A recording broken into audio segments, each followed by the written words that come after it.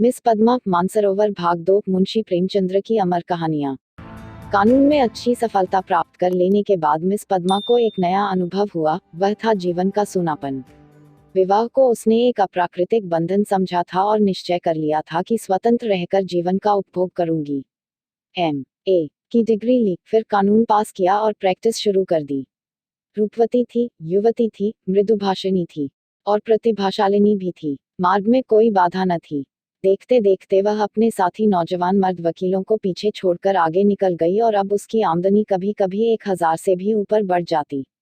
अब उतने परिश्रम और सिरमगजन की आवश्यकता न रही। मुकदमे अधिकतर वही होते थे जिनका उसे पूरा अनुभव हो चुका था, उनके विषय में किसी तरह की तैयारी की उसे जरूरत न मालूम होती। अपनी शक्तियों पर कुछ विश्वास भी हो गया था। कानून में कैसे विजय मिला करती है, इसके कुछ लटके भी उसे मालूम हो गए थे।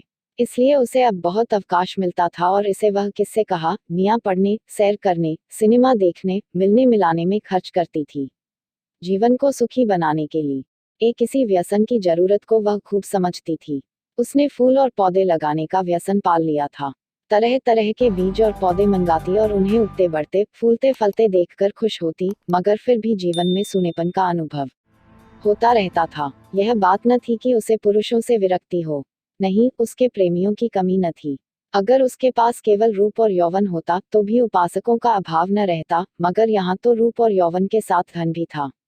फिर रसिक वृंद क्यों चूक जाते। पद्मा को विलास से घृणा थी नहीं, घृणा थी पराधीनता से, विवाह को जीवन का व्यवसाय बनाने से।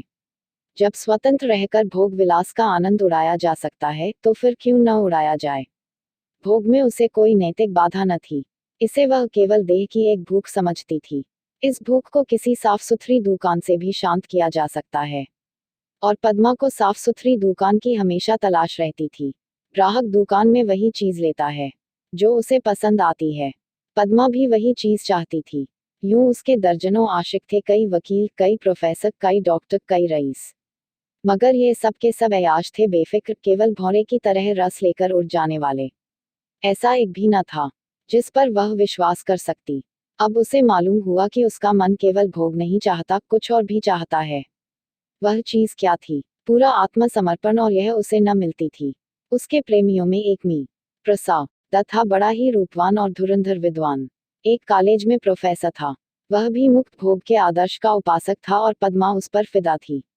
चाहती थी उसे बांध कर रखे, संपूर्णत अपना बना ले, लेकिन प्रसाद चंगुल में न आता था। संध्या हो गई थी। पद्मा सैर करने जा रही थी कि प्रसाद आ गया। सैर करना मुलतवी हो गया। बातचीत में सैर से कहीं ज्यादा आनंद था और पद्मा आज प्रसाद से कुछ दिल की बात कहने वाली थी। कई दिन के सोच व चार के बाद उसने कह डालने ही का निश्चय किया था। उसने प्रसाद की नशीली आंखों से आंखें मिलाकर कहा, तुम यहीं मेरे बंगले में आकर क्यों नहीं रहते। प्रसाद ने कुटिल विनोद के साथ कहा, नतीजा यह होगा कि 2-4 महीने में यह मुलाकात भी बंद हो जाएगी। मेरी समझ में नहीं आया, तुम्हारा क्या आशय है। आशय वही है जो मैं कह रहा हूँ। आखिर क्यों? मैं अपनी स्वतंत्रता न खोना चाहूंगा, तुम अपनी स्वतंत्रता न ना चाहोगी। तुम्हारे पास तुम्हारे आशिक आएंगे, मुझे जलन होगी। मेरे पास मेरी प्रेमिकाएं आएंगी, तुम्हें जलन होगी। मनमुटाव होगा, फिर वैमनस्य होगा और तुम मुझे घर से निकाल दोगी। घर तुम्हारा है ही, मुझे बुरा लगेगा ही। फिर यह मैत्री कैसे निभेगी। दोनों कई मिनट तक मौन रहे। प्रसाद ने परिस्थिति को इतने स्पष्ट बेलाग लठमार शब्दों में खोलकर रख दिया था कि कुछ कहने की जगह न मिलती थी। आखिर प्रसाद ही को नुक्ता सूझा। बोला, जब तक हम दोनों यह प्रतिज्ञा न कर ले कि आज से मैं तुम्हारा हूं और तुम मेरी हो, तब तक एक साथ निर्वाह नहीं हो सकता। तुम यह प्रतिज्ञा करोगे? पहले तुम बतलाओ। मैं करूंगी तो मैं भी करूंगा, मगर इस एक बात के सिवा मैं और सभी बातों में स्वतंत्र रहूंगी। और मैं भी इस एक बात के सिवा हर बात में स्वतंत्र रहूंगा। मंजूर? मंजूर तो कब से? जब से तुम कहो। मैं तो कहती हूँ कल ही से। तय। लेकिन अगर तुमने इसके विरुद्ध आचरण किया तो? और तुमने किया तो? तुम मुझे घर से निकाल सकती हो, लेकिन मैं तुम्हें क्या सजा दूंगा। तुम मुझे त्याग देना और क्या करोगे। जी नहीं, तभी तने से चित्त को शांति न मिलेगी। तब मैं चाहूंगा तुम्हें जलील करना, बल्कि तुम्हारी हत्या करना। तुम बड़े निर्दयी हो प्रसाद। जब तक हम दोनों स्वाधीन हैं, हमें किसी को कुछ कहने का हक नहीं, लेकिन एक बार प्रतिज्ञा में बंध जाने के बाद फिर न मैं उसकी अवज्ञा सह सकूंगा, न तुम सह सकोगी। तुम्हारे पास दंड का साधन है, मेरे पास नहीं है। कानून मुझे कोई भी अधिकार नहीं देगा। मैं तो केवल अपने पशुबल से प्रतिज्ञा का पालन कराऊंगा, और तुम्हारे इतने नौकरों के सामने मैं अकेला क्या कर सकूंगा। तुम तो चित्र का श्याम पक्ष ही देखते हो। जब मैं तुम्हारी हो रही हूँ तो यह मकान, नौकर चाकर और जायदाद सब कुछ तुम्हारा है। हाँ, तुम दोनों जानते हैं कि ईर्ष्या से ज्यादा घृणित कोई सामाजिक पाप नहीं है। तुम्हें मुझसे प्रेम है या नहीं मैं नहीं कह सकती, लेकिन तुम्हारे लिए मैं सब कुछ सहने, सब कुछ करने को तैयार हूँ। दिल से कहती हो पद्मा, सच्चे दिल से। मगर न जाने क्यों तुम्हारे ऊपर विश्वास नहीं आ रहा है। मैं तो तुम्हारे ऊपर विश्वास कर रही हूँ। यह समझ लो, मैं मेहमान बनकर तुम्हारे घर में न रहूंगा, स्वामी बनकर रहूंगा। तुम घर के स्वामी ही नहीं, मेरे स्वामी बनकर रहोगे। मैं तुम्हारी स्वामिनी बनकर रहूंगी। प्रसाद और मिस पद्मा दोनों साथ रहते हैं और प्रसन्न हैं। दोनों ही ने जीवन का जो आदर्श मन में स्थिर कर लिया था वह सत्य बन गया है। प्रसाद को केवल 200 रुपये वेतन मिलता है, मगर अब वह अपनी आमदनी का दुगुना भी खर्च कर दे तो परवाह नहीं। पहले वह कभी कभी शराब पीता था, अब रात दिन शराब में मस्त रहता है। अब उसके लिए अलग अपनी कार है, अलग अपने नौकर हैं। तरह तरह की बहुमूल्य चीजें मंगवाता रहता है और पद्मा बड़े हर्ष से उसकी सारी फिजूल खर्चियां बर्दाश्त करती है।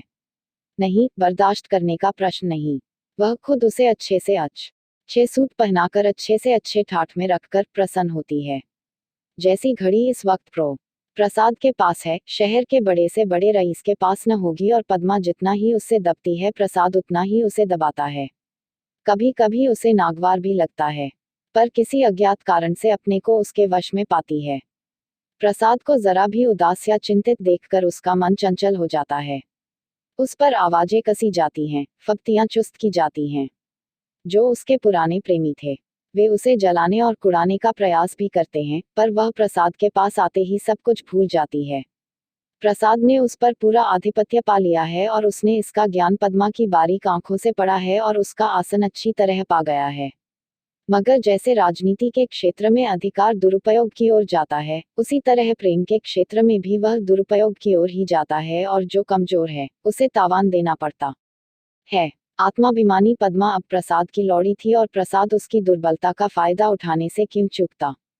उसने कील की पतली नोक चुभा दी थी और बड़ी कुशलता से उत्तरोत्तर उसे अंदर ठूंकता जाता था, यहाँ तक कि उसन रात को देर में घर आना शुरू किया। पद्मा को अपने साथ न ले जाता, उससे बहाना करता कि मेरे सिर में दर्द है, और जब पद्मा घूमने जाती तो अपनी कार निकाल लेता और उड़ जाता। 2 साल गुजर गए थे और पद्मा को गर्व था। वह स्थूल भी हो चली थी। उसके रूप में पहले की सी नवीनता और मादकता न रह गई थी। वह घर की मुर्गी थी, साग बराबर। एक दिन इसी तरह पद्मा लौट कर आई तो प्रसाद गायब थे। वह झुंझला उठी। इधर कई दिन से वह प्रसाद का रंग बदला हुआ देख रही थी। आज उसने कुछ स्पष्ट बातें कहने का साहस बटोरा। 10 बज गए, 11 बज गए, 12 बज गए, पद्मा उसके इंतजार में बैठी थी। भोजन ठंडा हो गया, नौकर चाकर सो गए। वह बार बार उठती, फोर्ट कपर जाकर नजर दौड़ाती। 1 बजे के करीब प्रसाद घर आया। पद्मा ने साहस तो बहुत बटोरा था, पर प्रसाद के सामने जाते ही उसे इतनी कमजोरी मालूम हुई। फिर भी उसने जरा कड़े स्वर में पूछा, आज इतनी रात तक कहाँ थे? कुछ खबर है, कितनी रात गई? प्रसाद को वह इस वक्त सुंदरता की मूर्ति सी लगी। वह एक विद्यालय की छात्रा के साथ सिनेमा देखने गया था। बोला, तुमको आराम से सो जाना चाहिए था। तुम जिस दशा में हो उसमें तुम्हें, जहां तक हो सके, आराम से रहना चाहिए। पद्मा का साहस कुछ प्रबल हुआ। तुमसे मैं जो पूछती हूँ उसका जवाब दो। मुझे जहनुम में भेजो तो तुम भी मुझे जहनुम में जाने दो। तुम मेरे साथ दगा कर रहे हो, यह मैं साफ देख रही हूँ। तुम्हारी आंखों की ज्योति कुछ बढ़ गई होगी। मैं इधर कई दिन से तुम्हारा मिजाज कुछ बदला हुआ देख रही हूँ। मैंने तुम्हारे साथ अपने को बेचा नहीं है। अगर तुम्हारा जी मुझसे भर गया हो तो मैं आज जाने को तैयार हूँ। तुम जाने की धमकी क्यों देते हो? यहाँ तुमने आकर कोई बड़ा त्याग नहीं किया है। मैंने त्याग नहीं किया है। तुम यह कहने का साहस कर रही हो। मैं देखता हूँ तुम्हारा मिजाज बिगड़ रहा है। तुम समझती हो मैंने इसे अपंग कर दिया, मगर मैं इसी वक्त तुम्हें ठोकर मारने को तैयार हूँ, इसी वक्त, इसी वक्त। पद्मा का साहस जैसे बुझ गया था। प्रसाद अपना ट्रंक संभाल रहा था। पद्मा ने दीन भाव से कहा, मैंने तो ऐसी कोई बात नहीं कही जो तुम इतना बिगड़ उठे। मैं तो केवल तुमसे पूछ रही थी, कहाँ थे? क्या मुझे इतना भी अधिकार नहीं देना चाहते? मैं कभी तुम्हारी इच्छा के विरुद्ध कोई काम नहीं करती और तुम मुझे बात बात पर डांटते रहते हो। तुम्हें मुझ पर जरा भी दया नहीं आती। मुझे तुमसे कुछ भी तो सहानुभूति मिलनी चाहिए। मैं तुम्हारे लिए क्या कुछ करने को तैयार नहीं हूँ। और आज जो मेरी दशा हो गई है तो तुम मुझसे आंखें फेर लेते हो।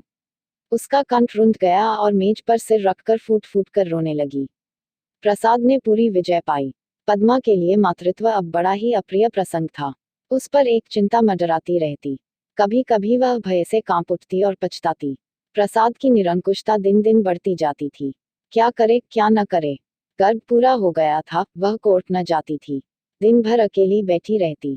प्रसाद संध्या समय आता, चाय वाय पीकर फिर उठ जाता। तो 11-12 बजे के पहले न लौटता। वह कहाँ जाता है, यह भी उससे छिपाना था। प्रसाद को जैसे उसकी सूरत से नफरत थी। पूर्ण गर्भ, पीला मुख, चिंतित, सशंक, उदास। फिर भी वह प्रसाद को श्रृंगार और आभूषणों से बांधने की चेष्टा से बाज न आती थी। मगर वह जितना ही प्रयास करती उतना ही प्रसाद का मन उसकी ओर से फिरता था। इस अवस्था में श्रृंगार उसे और भद्दा लगता। प्रसव वेदना हो रही थी। प्रसाद का पता नहीं। नर्स मौजूद थी, लेडी डॉक्टर मौजूद थी, मगर प्रसाद का न रहना पद्मा की प्रसव वेदना को और भी दारुण बना रहा था। बालक को गोद में देखकर उसका कलेजा फूल उठा, मगर फिर प्रसाद को सामने न पाकर उसने बालक की ओर से मुंह फेर लिया। मीठे फल में जैसे कीड़े पड़ गए हों। 5 दिन सौर ग्रह में काटने के बाद जैसे पद्मा जेलखाने से निकली, नंगी तलवार बनी हुई माता बनकर वह अपने में एक अद्भुत शक्ति का अनुभव कर रही थी। उसने चपरासी को चेक देकर बैंक भेजा। प्रसव संबंधी कई बिल अदा करने थे। चपरासी खाली हाथ लौट आया। पद्मा ने पूछा, रुपये? बैंक के बाबू ने कहा, रुपये सब प्रसाद बाबू निकाल ले गए। पद्मा को गोली लग गई। 20,000 रुपये प्राणों की तरह संचित कर रखे थे इसी शिशु के लिए। हाय। सौर से निकलने पर मालूम हुआ, प्रसाद विद्यालय की एक बालिका को लेकर इंग्लैंड की सैर करने चला गया। झल्लाई हुई घर में आई, प्रसाद की तस्वीर उठाकर जमीन पर पटक दी और उसे पैरों से कुचला। उसका जितना सामान था उसे जमा करके दियासलाई लगा दी और उसके नाम पर थूक दिया। 1 महीना बीत गया था। पद्मा अपने बंगले के फाटक पर शिशु को गोद में लिए खड़ी थी। उसका क्रोध अब शोकमय निराशा बन चुका था। बालक पर कभी दया आती, कभी प्यार आता, कभी घृणा आती। उसने सड़क पर देखा, एक यूरोपियन लेडी अपने पति के साथ अपने बालक को बच्चों की गाड़ी में बिठाए लिए चली जा रही थी। उसने हसरत भरी आंखों से उस खुशनसीब जोड़े को देखा और उसकी आंखें सजल हो गईं।